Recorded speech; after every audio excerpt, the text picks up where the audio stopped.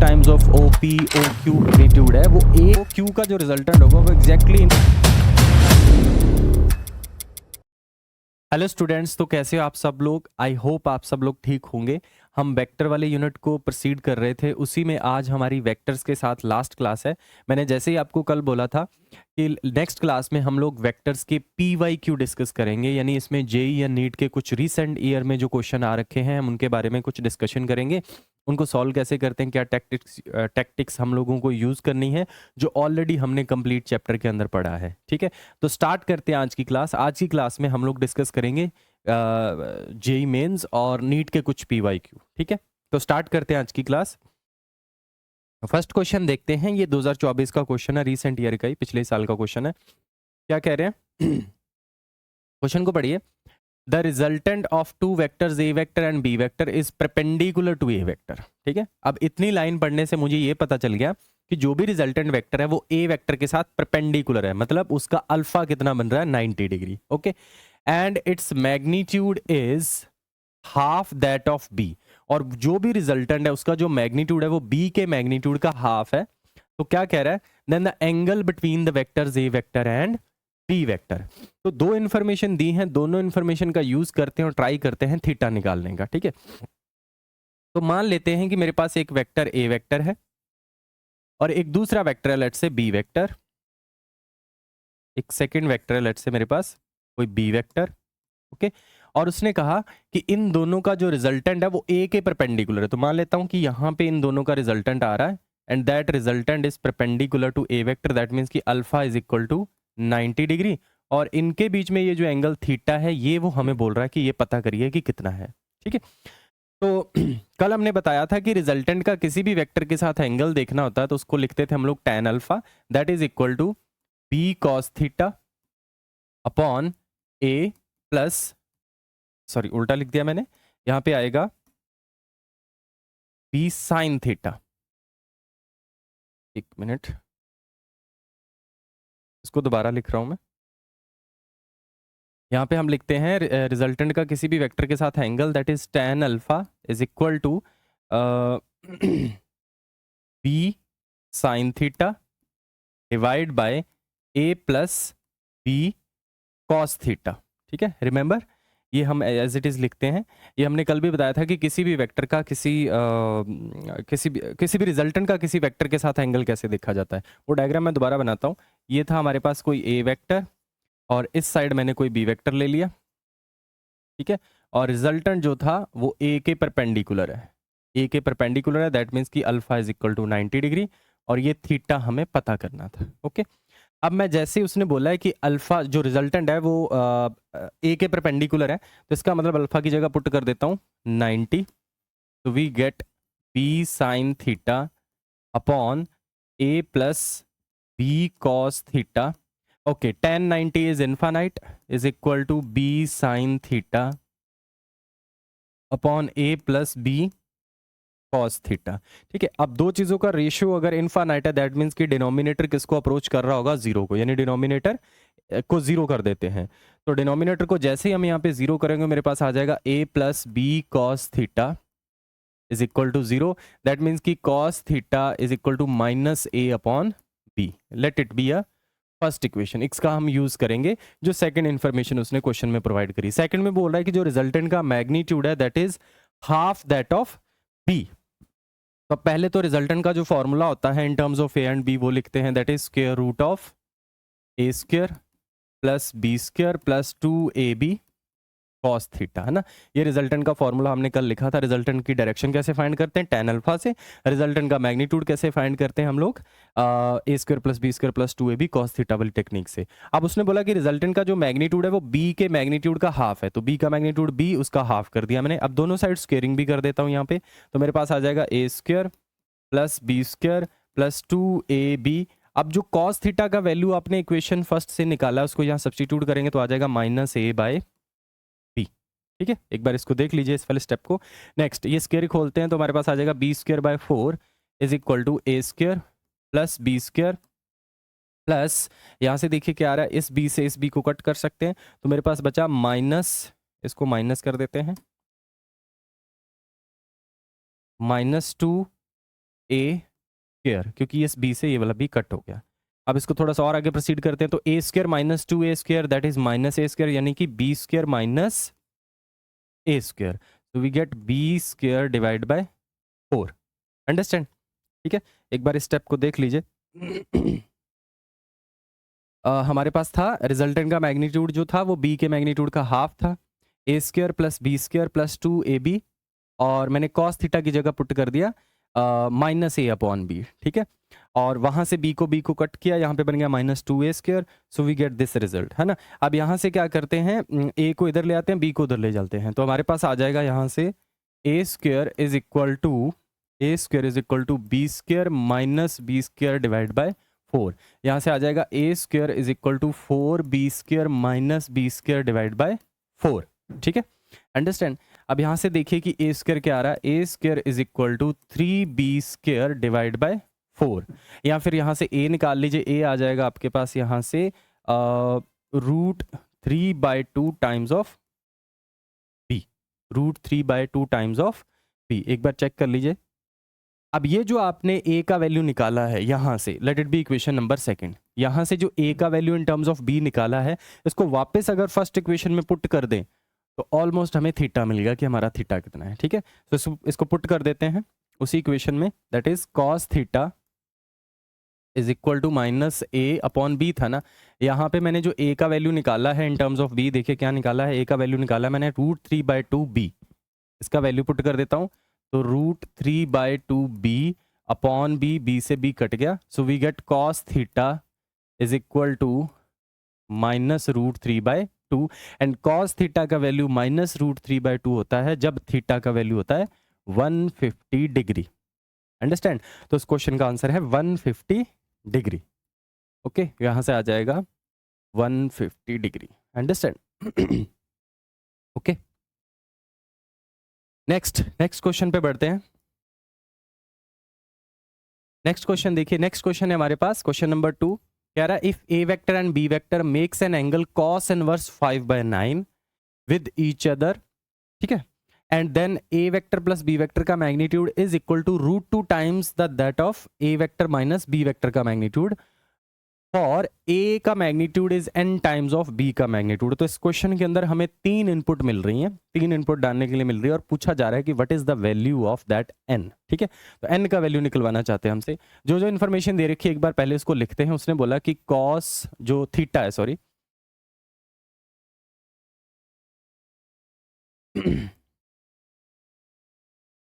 जो उसने थीटा दे रखा है, थीटा इज कॉस इनवर्स 5/9। यहां से मैं कॉस थीटा निकाल सकता हूं, कॉस थीटा आ जाएगा 5/9। ठीक है, एक इन्फॉर्मेशन मुझे यहां से मिल गई। Late it B equation number first लिख लेते हैं उसको। ठीक है, फिर अगली इन्फॉर्मेशन में वो कह रहा है कि जो a प्लस बी का मैग्नीट्यूड है वो a माइनस बी के मैग्नीट्यूड का √2 टाइम है। तो कल मैंने बताया था कि a vector plus B vector का magnitude is equal to √2 times of A vector minus B vector के मैग्नीट्यूड को हम एक्सपेंड कैसे कर सकते हैं, क्योंकि ये रिजल्टेंट है, यानी कि ये रिजल्टेंट का मैग्नीट्यूड है। यहाँ पे ए माइनस बी का रिजल्टेंट है, ये माइनस बी के रिजल्ट ए माइनस बी के रिजल्टेंट का मैग्नीट्यूड है। तो हम वो लगाते हैं, वो हमने कल भी लिखा था, that is A square plus B square plus 2ab cos theta, ऊपर आ जाएगा स्क्वायर रूट, इधर आ जाएगा स्क्वायर रूट 2, यहाँ पे आ जाएगा square root a square plus B square minus 2ab cos theta. ठीक है, अंडरस्टैंड? अब दोनों साइड स्क्वेयरिंग कर देते हैं, स्क्वेयरिंग करेंगे तो रूट खत्म हो जाएगा, a square plus B square plus 2ab cos theta is equal to 2 times of A square plus B square minus 2ab cos theta. ठीक है, इन एक्सप्रेशन को थोड़ा सा अरेंज करने का ट्राई करते हैं, इस 2 को अंदर ले जाते हैं, तो हमारे पास आ जाएगा, नेक्स्ट स्लाइड पे चलते हैं, हमारे पास आ जाएगा a square plus B square plus 2ab cos theta is equal to 2a square plus 2b square minus 4ab cos theta. यहाँ से ये जो इस साइड में लेफ्ट हैंड साइड पे ए स्क्वायर प्लस बी स्क्वायर दिख रहा है, इसको उस साइड ले जाते हैं, और उधर जो दिख रहा है मुझे 4ab कॉस थीटा वाला टर्म एक साइड रख लेते हैं। तो हमारे पास वो जो कॉस थीटा माइनस का इधर आके बनेगा तो बन जाएगा 6ab cos theta is equal to, ये जब A square plus B square उधर जाएगा तो उसमें से सब्ट्रैक्ट होगा तो बचेगा सिर्फ ए स्क्वायर प्लस बी स्क्वायर। ठीक है, अब यहाँ पे क्या करते हैं उसने कॉस थीटा का वैल्यू दे रखा है, वो पुट कर देते हैं। ए बी कॉस थीटा का वैल्यू दे रखा है 5/9 इज इक्वल टू, यहाँ पे मेरे पास बन गया ए स्क्वायर प्लस बी स्क्वायर। ठीक है, और इस तरफ देखते हैं क्या बन रहा है हमारे पास, ये बन गया 30/9 A B is equal to A square plus B square. अच्छा, एक इन्फॉर्मेशन उसने क्वेश्चन के अंदर और दी थी, उसने बोला था कि जो ए का मैग्नीट्यूड है वो n times that of B का मैग्नीट्यूड। तो ये चीज भी यहाँ पे पुट कर देते हैं, जो जो उसने बोला है। ए का जो मैग्नीट्यूड है 30/9, ए का मैग्नीट्यूड है n टाइम्स ऑफ बी का magnitude, n times of B का मैग्नीट्यूड, ये वाला b एज इट इज यहाँ पे भी पुट कर दे देंगे, n square B square plus B square, क्योंकि ए का मैग्नीट्यूड बी के मैग्नीट्यूड का n टाइम था, तो वो बन गया n square plus sorry n square B square. Okay, यहां से देखिए क्या बन रहा है, इसको कट करेंगे तो ये हमारे पास आ जाएगा 10/3, ये बन जाएगा B square is equal to, यहाँ से अगर हम लोग बी स्क्वायर कॉमन निकाल लें तो हमारे पास आ जाएगा बी स्क्वायर से बी स्क्वायर कट गया, अब बचेगी हमारे, अच्छा यहाँ पे एक n रह गया ना, यहाँ पे एक n रह गया। तो अब देखिए इस इक्वेशन को देखिए, ये n के अंदर एक क्वाड्रेटिक इक्वेशन बन गई है। अगर इस क्वाड्रेटिक इक्वेशन को हम सॉल्व करेंगे तो हमारे पास n का वैल्यू आ जाएगा। ठीक है, नेक्स्ट सॉल्व करते हैं इस क्वाड्रेटिक इक्वेशन को। मेरे पास क्वाड्रेटिक इक्वेशन बनी है n square plus 1 minus 10/3n is equal to 0। ये क्वाड्रेटिक इक्वेशन बनी है, एक बार इसको देख लीजिए। अब इस क्वाड्रेटिक इक्वेशन को सॉल्व करना तो हम कर सकते हैं 3n स्क्वायर, इस 3 का एलसीएम ले लेते हैं, minus 10n plus 3 is equal to 0। थोड़ा सा टर्म रीअरेंज करी है, उसको एक प्रॉपर क्वाड्रेटिक इक्वेशन लिखने का ट्राई किया है ना। नेक्स्ट, अब एक क्वाड्रेटिक इक्वेशन है तो उसके रूट फाइंड करते हैं, यानी कि मुझे n फाइंड करना है। n कैसे फाइंड कर सकते हैं, वही डिस्क्रिमिनेट वाला टेक्निक लगाते हैं। माइनस बी होता है फॉर्मूले के अंदर, फॉर्मूला क्या होता है, minus B plus minus square root B square minus 4ac divide by 2a। यही वाला फॉर्मूला लगाता हूँ। यहाँ पे -10 जो है वो मेरा b है, ये c है और ये a है। लगाते हैं, n का वैल्यू आ जाएगा -b मतलब 10 आ जाएगा, plus minus square root B square मतलब 10 का square that is 100, minus 4 into a का वैल्यू भी 3 है और c का वैल्यू भी 3 है, and divide by 2 times of a यानी 2 इंटू 3। इसको सॉल्व करते हैं, हमारे पास आ जाएगा 10 प्लस माइनस स्क्वायर रूट, इसको सॉल्व करिए तो क्या आ जाएगा 100 माइनस ये बन जाएगा 36 एंड डिवाइड बाय 6। ठीक है, क्वाड्रेटिक इक्वेशन हम लोग सॉल्व कर रहे हैं। यहाँ पे देखिए 100 माइनस 36 बन जाएगा 64, है ना, ये बन जाएगा 64। तो नेक्स्ट स्लाइड पे चलते हैं, n का वैल्यू आ जाएगा 10 प्लस माइनस स्क्वायर रूट, ये बन जाएगा 64 डिवाइड बाय नीचे 6, so we get 10 plus minus 64 का रूट होता है 8 that is 6। So we get n is equal to, ये इसको एक बार प्लस का साइन लेते हैं, जब प्लस का साइन लेंगे तो देखो क्या आएगा, ये बन जाएगा 18/6, और जब माइनस का साइन लेंगे तब बन जाएगा यहाँ से 2/6। जब हमने प्लस का साइन लिया तो बना 18/6, इसको कट करेंगे तो कट जाएगा 3 पे, और इसको कट करेंगे तो ये कटेगा 1/3 पे। और क्योंकि ये इंटीजर टाइप क्वेश्चन है तो हमारा जो करेक्ट आंसर होगा दैट इज 3, है ना, हमें इंटीजर आंसर देना था इसका। सो हमारा जो करेक्ट आंसर हो जाएगा दैट इज 3 इस क्वेश्चन में। So the value of n is 3। Understand, 2 question हमने कर लिए, ये दोनों के दोनों क्वेश्चन ही जेईई 2024 के थे। अब नेक्स्ट बढ़ते हैं क्वेश्चन नंबर 3 की ओर। ये क्वेश्चन देखिए, इसमें क्या कह रहा है कह रहा है 3 vectors o p vector o q vector and o r vector each of magnitude a are acting as shown in the figure. The resultant of the 3 vectors is a root x, then the value of x is। इसमें diagram मैंने डाला नहीं है, इस diagram को हम बना लेते हैं यहाँ पे। क्या कहना चाह रहा है, हाँ जी, कह रहा है कि एक सर्कल के अंदर ये डायग्राम था एज आई रिमेंबर, और उसके अंदर थे 3 वेक्टर्स। ठीक है, एक वेक्टर था यहाँ पे, एक वेक्टर था एग्जैक्टली ऐसे करके, ठीक है, और एक वेक्टर था यहाँ पे लाइक दिस। इसको लिख देते हैं O P O Q and O R. ये एंगल 45 था, मैंने डायग्राम इसमें डाला नहीं, लेकिन मैं डायग्राम आपको बना के दिखा रहा हूँ। ठीक है, और ये एंगल आपको दिख रहा है कि 90 डिग्री, दिस पॉइंट इज ओ। अब सारे वेक्टर आपको दिख रहे होंगे डायग्राम के अंदर।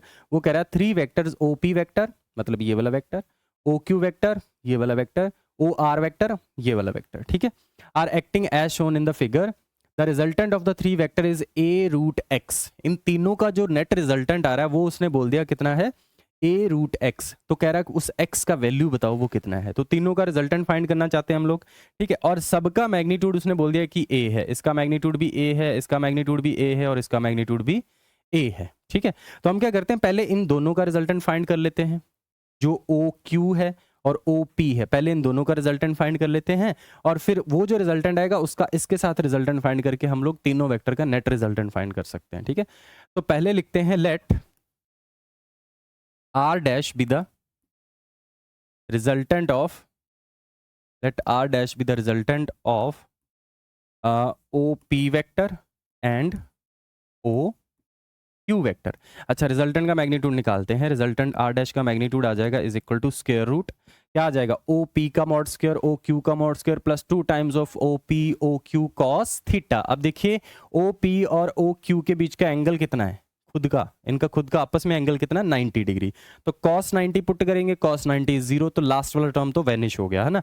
तो बचा मेरे पास OP का मैग्नीट्यूड, OP का मैग्नीट्यूड का स्क्वायर प्लस OQ के मैग्नीट्यूड का स्क्वायर प्लस 2 टाइम्स, मैं लिखने के लिए लिख देता हूँ, ये यहाँ पे आ जाएगा OP का मैग्नीट्यूड OQ का मैग्नीट्यूड इनटू cos 90, और cos 90 वाला टर्म खत्म हो गया, पीछे वाला टर्म पूरा खत्म हो गया। बचा मेरे पास r डैश स्क्वायर रूट, यहाँ से आ जाएगा। अच्छा, OP का मैग्नीट्यूड OQ का मैग्नीट्यूड और OR का मैग्नीट्यूड, सबका मैग्नीट्यूड उसने बराबर दे रखा है, यानी कि A दे रखा है, उसको पुट कर देते हैं। तो हमारे पास आ जाएगा यहाँ से A square plus A square that is equal to root 2 times of A। तो हमारे पास आ गया OP और OQ का रिजल्टेंट, ठीक है। ये तो पता चला कि दोनों के रिजल्टेंट का मैग्नीट्यूड क्या होगा, लेकिन दोनों के रिजल्टेंट का डायरेक्शन क्या होगा, बहुत ही आसान है। जब दो वेक्टर होते हैं उनका मैग्नीट्यूड इक्वल होता है तो उनका जो रिजल्टेंट होता है उन्हीं के बीच के एंगल को बाइसेक्ट करता है, यानी कि OP और OQ का जो रिजल्टेंट होगा वो एग्जैक्टली इनके बीच के एंगल को बाइसेक्ट करेगा। तो R डैश का डायरेक्शन कुछ ये होगा, ठीक है, यानी बाइसेक्ट करेगा तो ये एंगल भी कितना हो गया, 45, ठीक है। दो वेक्टर जिनका मैग्नीट्यूड इक्वल है तो उनका जो रिजल्टेंट आता है वो उन्हीं, और 90 डिग्री पे है, और 90 डिग्री पे है, तो उनका जो रिजल्टेंट आता है वो उन्हीं के बीच के एंगल को बाइसेक्ट करता है। तो इसलिए मैंने उसको 45 पे ऐसे करके शो किया है, ठीक है। अब देखिए मैंने OP और OQ का रिजल्टेंट निकाल लिया, उसको लिख दिया R डैश। अब ये जो R डैश है और OR है, इन दोनों का रिजल्टेंट निकालना पड़ेगा, तभी हम तीनों वेक्टर्स का नेट रिजल्टेंट फाइंड कर सकते हैं। तो नेक्स्ट लिखते हैं लेट लेट से डबल डैश बोल देते हैं, R double dash be the resultant of R dash and OR vector, यानी OR dash vector and OR, और वी कैन से कि जो R डैश है, R डबल डैश है, that is the resultant of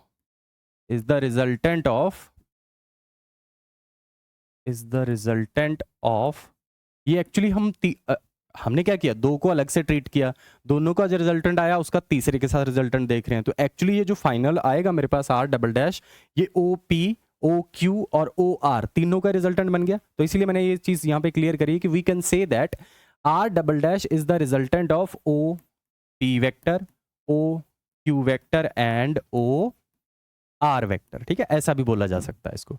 तो निकालते हैं R डबल डैश निकालने के लिए क्या लिखेंगे, OR डैश वेक्टर के मैग्नीट्यूड का स्क्वायर प्लस OR वेक्टर के मैग्नीट्यूड का square plus 2 times of OR dash vector का मैग्नीट्यूड OR वेक्टर का मैग्नीट्यूड इनटू cos 90। एक बार डायग्राम से देखिए, ये जो OR डैश वेक्टर है और OR है ये 45 है, ये भी 45, तो टोटल एंगल कितना हो गया, 90। तो इनके बीच में भी एंगल कितना बन रहा है, 90 डिग्री, ठीक है। सो वी गेट अब देखिए क्या आ जाएगा, यहां से पिछला टर्म खत्म हो गया। OR वेक्टर का मैग्नीट्यूड शुरू में बता दिया था कि वो A है ना, वो हमने निकाला था, अभी A है तो ये बन गया A का स्क्वायर। OR डैश का मैग्नीट्यूड, ये जो OR डैश वेक्टर आया है इसका जो मैग्नीट्यूड है that is root 2 times of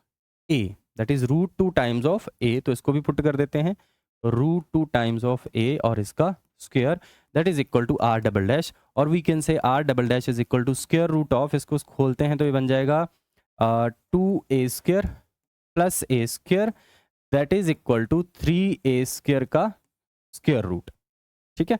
इसको थोड़ा सा और ओपन करेंगे तो हमारे पास आ जाएगा R double dash is equal to √3 times of a. ठीक है, यानी तीनों वेक्टर का जो रिजल्टेंट आ रहा है वो मेरे पास आ रहा है √3 टाइम्स ऑफ ए। ओके, और उसने क्वेश्चन में क्या बोला हुआ है, हमें जो इन्फॉर्मेशन दे रखी है कि तीनों का जो रिजल्टेंट है that is √x times of a. तो अगर इन दोनों को कंपेयर करोगे तो x का वैल्यू कितना आ रहा है आपके पास, 3। ठीक है, तो इंटीजर टाइप में ये भी क्वेश्चन था, तो इसका आंसर आ जाएगा यहाँ पे x का वैल्यू 3। अंडरस्टैंड? ठीक है, चलिए नेक्स्ट बढ़ते हैं आगे, नेक्स्ट क्वेश्चन पे। क्वेश्चन नंबर 4, इसमें कह रहा है फॉर 3 वेक्टर्स, 3 वेक्टर दे रखे हैं, एक ए वेक्टर दे रखा है, बी वेक्टर दे रखा है और सी वेक्टर दे रखा है, और कह रहा है कि इफ ए वेक्टर का dot product with B cross C is equal to 0, ये चीज उसने बोली है, then the value of X is. कह रहा है कि ए का जो डॉट प्रोडक्ट है, इसको स्केलर ट्रिपल प्रोडक्ट भी बोलते हैं। ओके, और वो कह रहा है कि अगर ये 0 है then the value of X is. ठीक है, तो x का वैल्यू फाइंड करना है, तो हमें एक्चुअली ये चीज निकालनी पड़ेगी और इसको 0 के बराबर पुट करना पड़ेगा। तो इसको निकालने के लिए पहले मुझे फाइंड करना पड़ेगा b क्रॉस c। ठीक है, तो b क्रॉस c फाइंड करते हैं सबसे पहले, b vector cross c vector, और जो वेक्टर दे रखे हैं आपको कंपोनेंट फॉर्म में दे रखे हैं, तो पता है आपको डिटर्मिनेंट वाले टेक्निक से हम लोग b क्रॉस c पता कर सकते हैं। ठीक है, तो b क्रॉस c पता करते हैं, क्या आ जाएगा, i cap, j cap and k cap. Okay, B cap के कंपोनेंट लिखते हैं, आ जाएगा हमारे पास -1, 4, देन 3, और सी के कंपोनेंट आ जाएंगे -8, -1 एंड 3। ठीक है, so we get B vector cross C vector is equal to, यहाँ से निकालते हैं आई कैप का कॉफिशिएंट, तो हमारे पास आ जाएगा 3 × 4 that is 12, minus minus plus हो जाएगा 3 × आई कैप। ठीक है, अंडरस्टैंड। एंड सिमिलरली माइनस आता है यहाँ पे, और यहाँ पे आ जाता है जे कैप, जे कैप का निकालना है तो -3, माइनस माइनस प्लस हो जाएगा, आ जाएगा प्लस का 24। ठीक है, एंड लास्ट में आ जाएगा के कैप का कोफिशिएंट। के कैप का कोफिशिएंट क्या आएगा, के वाले को हाइड करके उनको मल्टीप्लाई करना है, तो -1 × -1 that is 1, and -8 multiplied by 4 that is -32, एक माइनस पहले से होता है तो ये बन जाएगा प्लस का 32। ठीक है, ओके, अब इसको थोड़ा सॉल्व करते हैं, तो हमारे पास आ जाएगा 15 आई कैप, एंड यहाँ से देखेंगे आप तो आपके पास आएगा ये बन जाएगा आई थिंक 21, और प्लस का आएगा तो -21 जे कैप, और ये बन जाएगा आपके पास 33 के कैप। ठीक है, तो ये आपके पास आ गया है b cross c. Okay, this is your b cross c. अब उसने बोला था कि बी क्रॉस सी का dot product with a vector कितना है, 0। बी क्रॉस सी का dot product with a vector के साथ जो डॉट प्रोडक्ट है वो 0 कह रहा है ना, तो कर देते हैं उसका dot product with a vector. तो नेक्स्ट करते हैं हम लोग, बी क्रॉस सी हम लिख लेते हैं और उसका डॉट प्रोडक्ट लेते हैं ए वेक्टर के साथ। ठीक है, हमें ए वेक्टर भी लिखना पड़ेगा। ए वेक्टर है हमारे पास -x I cap, -6 J cap and -2 के कैप, -6 जे कैप एंड -2 के कैप। इसका हमने डॉट प्रोडक्ट लेना है बी क्रॉस सी के साथ, है ना। तो बी क्रॉस सी क्या है, 15 आई कैप, ये आया हमारे पास 15 i cap -21 j cap, and last term है हमारे पास +33 के कैप। ठीक है, और इसका जो डॉट प्रोडक्ट है उसको हमें प्रूव कर देना है, इज इक्वल टू कर देना है 0।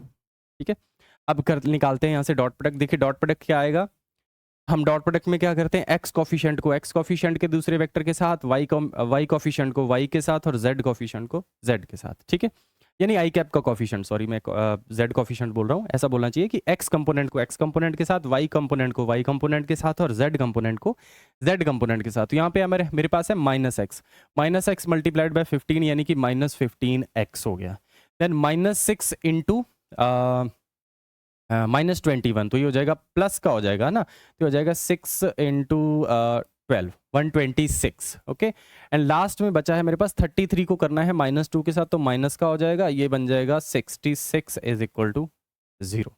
ठीक है, ओके, अब इसको सॉल्व कर लेते हैं, तो मेरे पास आ जाएगा -15x, यहाँ से इसको सब्ट्रैक्ट करते हैं तो आ जाएगा हमारे पास +0 एंड 6, है ना, इज इक्वल टू 0। ये 60 को उधर ले जाते हैं तो हमारे पास आ जाएगा 15x इज इक्वल टू -60, ये कट गया, x का वैल्यू आ जाएगा यहाँ से 4।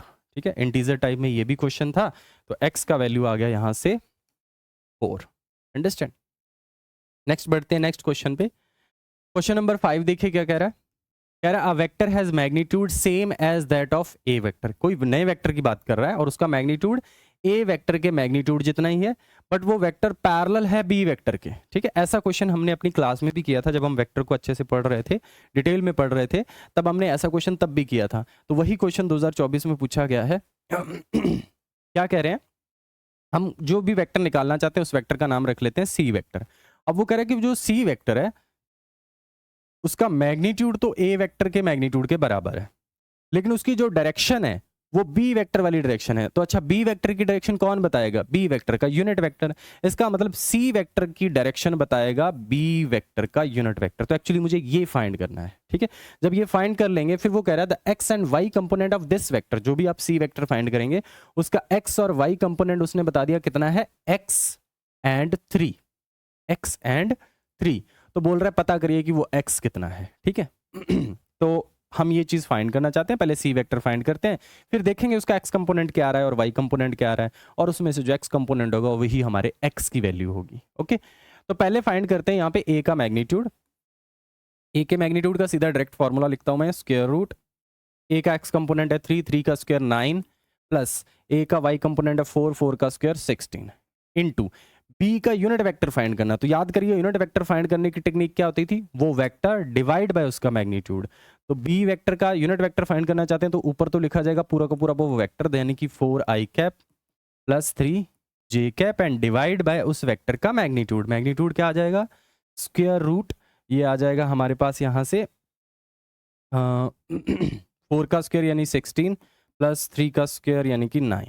Okay, so that's it. So we get C vector is equal to, I think ये बन जाएगा √25 यानी कि 5 इंटू, और यहाँ से बन जाएगा 4i cap plus 3j cap and whole divide by, ये भी 5 ही बन जाएगा, 5 से 5 कट जाएगा, तो हमारे पास आ जाएगा c vector is equal to 4i cap plus 3j cap. ठीक है, ये सी वेक्टर आ गया। अब उसकी बात सुनते हैं जो उसने क्वेश्चन में बोला था। उसने क्वेश्चन में बोला था the X and Y component of this vector in the first quadrant. वो आई भी फर्स्ट क्वाड्रेंट में है, क्योंकि एक्स का वैल्यू भी पॉजिटिव आया है, वाई का वैल्यू भी पॉजिटिव आया, तो दोनों फर्स्ट क्वाड्रेंट में आए हैं। फिर वो कह रहा है कि उसका जो एक्स कॉफिशिएंट, सॉरी जो आई कैप का कॉफिशिएंट होगा उसको एक्स कंपोनेंट बोलते हैं, वो उसने एक्स बोला है, तो हम हमारे वाले वेक्टर के साथ कंपेयर करके देख लेते हैं। ये देखिए आई कैप का कॉफिशिएंट उसका एक्स कंपोनेंट होगा, और एक्स कंपोनेंट कितना है 4, और वाई कंपोनेंट के बारे में वो बोल रहा है कि 3 है। मतलब जो हमने आंसर ऑब्टेन किया है दैट इज एग्जैक्टली राइट। इसका मतलब एक्स का वैल्यू क्या हो गया, 4। ठीक है, ओके, यहाँ पे पुट कर देते हैं, एक्स का वैल्यू हो गया यहाँ पे 4। अंडरस्टैंड। बहुत ही आसान क्वेश्चन था, ऐसा क्वेश्चन हमने अपनी क्लास में भी सॉल्व किया था। ओके, नेक्स्ट बढ़ते हैं आगे, question number 6। Question number 6 NEET 2016 का क्वेश्चन है। क्या कहना चाह रहा है, ऐसा क्वेश्चन मुझे जितना याद आ रहा है हमने क्लास में सॉल्व किया है। If the magnitude of the sum of the two vector is equal to the magnitude of the difference of the two vectors then the angle between the vectors. ठीक है, वो कह रहा है अगर आपके पास ये एक ए वेक्टर है और ये कोई बी वेक्टर है, इन दोनों का सम मतलब इनका रिजल्टेंट, इन दोनों का डिफरेंस मतलब वो भी ए और माइनस बी का रिजल्टेंट है ना, और वो कह रहा है कि दोनों का मैग्नीट्यूड का डिफरेंस बराबर है, सॉरी डिफरेंस का मैग्नीट्यूड बराबर है। कहने का मतलब ये है कि वो ये चीज़ कहना चाह रहा है आपको कि ए वेक्टर प्लस बी वेक्टर का सम का magnitude is equal to A vector minus B vector के डिफरेंस के मैग्नीट्यूड के बराबर है।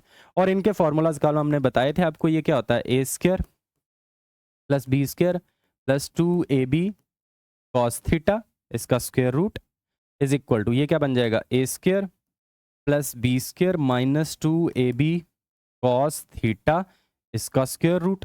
ये कल बताया था कि जब बीच में माइनस होता है तो यहाँ पे भी माइनस आता है। ठीक है, अब स्क्वेयरिंग कर देंगे दोनों साइड तो हमारे पास आ जाएगा a square plus B square plus 2ab cos theta is equal to A square plus B square minus 2ab cos theta. ठीक है, जो टर्म्स कैंसिल हो रही है उनको कैंसिल कर देते हैं, ए स्क्वायर बी स्क्वायर सब कैंसिल हो गया।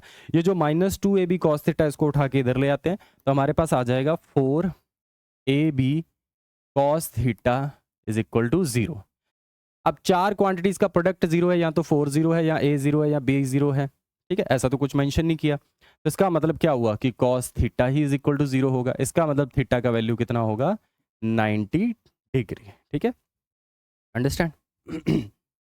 तो हमारे पास option b is correct, option b is correct. Understand? Next आगे बढ़ते हैं नेक्स्ट क्वेश्चन पे।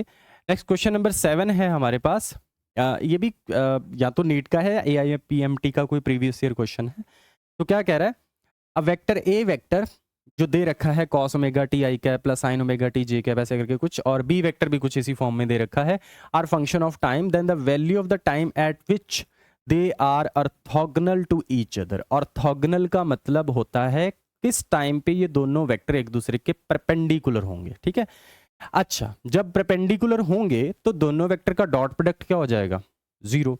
तो मैं वो टाइम की वैल्यू फाइंड करता हूं कि जब इनका डॉट प्रोडक्ट जीरो होगा, क्योंकि जब डॉट प्रोडक्ट जीरो होगा तब ये दोनों परपेंडिकुलर होंगे, परपेंडिकुलर होंगे तो मतलब ऑर्थोगोनल होंगे। तो मेरे को जो ए वेक्टर दे रखा है एक बार लिखता हूं, a vector is equal to cos omega t i cap plus sine omega t j cap, और जो बी वेक्टर दे रखा है that is cos omega T by two i cap plus sine omega T by two j cap. ठीक है, और करना क्या है, वो टाइम की वैल्यू फाइंड करनी जब ये ऑर्थोगोनल है। ऑर्थोगोनल है तो ए डॉट बी को जीरो कर देते हैं। पहले ए डॉट बी फाइंड करते हैं। ए डॉट बी क्या आ जाएगा, आई वाले को आई वाले के साथ करना होता है, जे वाले को जे वाले के साथ करना होता है। तो यहाँ से देखिए क्या आ जाएगा, यहाँ से आ जाएगा हमारे पास cos omega t into cos omega T by two.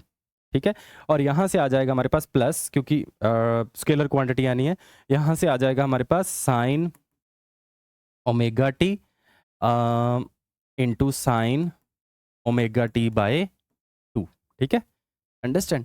अब इसको देखिए जरा ध्यान से, ये बन गया cos A cos B plus sign A sine B, है ना, कुछ ऐसा सा फॉर्मूला बन रहा है, cos A cos B plus sign A sine B. ये फॉर्मूला होता है कॉस ए माइनस बी का, है ना, ये फॉर्मूला होता है कॉस ए माइनस बी का। तो मेरे पास आ जाएगा a dot b is equal to cos a minus b. A का वैल्यू क्या है, ओमेगा टी, बी का वैल्यू क्या है, omega T by two, cos a minus b, है ना। सो यहां से आ जाएगा omega t minus omega T by two, आ जाएगा cos omega T by two is equal to a dot b. और उसने बोल दिया था शुरू में कि ए और बी दोनों ऑर्थोगोनल वेक्टर है। अगर दोनों ऑर्थोगोनल वेक्टर है तो दोनों का डॉट प्रोडक्ट क्या होगा भाई, जीरो। इसका मतलब ये हो जाएगा zero is equal to cos omega T by two. अब अगर कॉस थीटा जीरो के बराबर है, इसका मतलब थीटा का वैल्यू क्या रहा होगा, 90, या फिर बोल सकता हूं पाई बाय टू। इसका मतलब omega T by two is equal to pi by two. इस टू से इस टू को काट दीजिए, तो यहां से टी का वैल्यू आ गया आपके पास पाई बाय ओमेगा, यानी टी की इस वैल्यू पे ए और बी एक दूसरे के परपेंडिकुलर होंगे या ऑर्थोगोनल होंगे। देखते हैं हमारा कौन सा ऑप्शन करेक्ट बन रहा है। Option number A is correct. ठीक है, ओके। नेक्स्ट लास्ट क्वेश्चन है हमारे पास एक और, दैट इज क्वेश्चन नंबर 8। देखिए इस क्वेश्चन में क्या कह रहा है, कह रहा है a vector and B vector are two vectors and theta is the angle between them, और एक कंडीशन दे रखी है कि ए vector cross b vector is equal to √3 times of a dot b. ठीक है, और कह रहा है कि इनके बीच का थीटा पता करिए। तो जो कंडीशन दे रखी है एक बार उसको लिखते हैं। हमारे पास है a vector cross b vector is equal to √3 times, अच्छा इसका मैग्नीट्यूड है sorry, and is equal to A vector dot b vector.